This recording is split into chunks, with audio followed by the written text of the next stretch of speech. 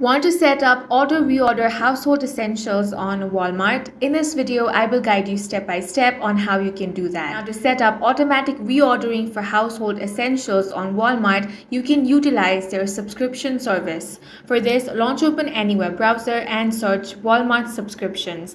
Now, tap on this website, subscriptionswalmart.com. Make sure to log into your account. Now you want to browse the categories like household essentials, health and wellness, or baby and kids to find eligible products. Now choose an items that offer subscription option.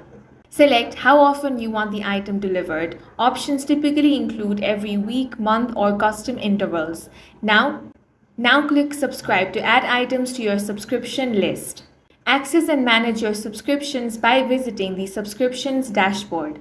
And that's it. By setting up subscriptions and utilizing these features, you can ensure that household essentials are automatically reordered and delivered according to your preferred schedule. If you found this video useful, make sure to hit the like button and subscribe for more videos like this.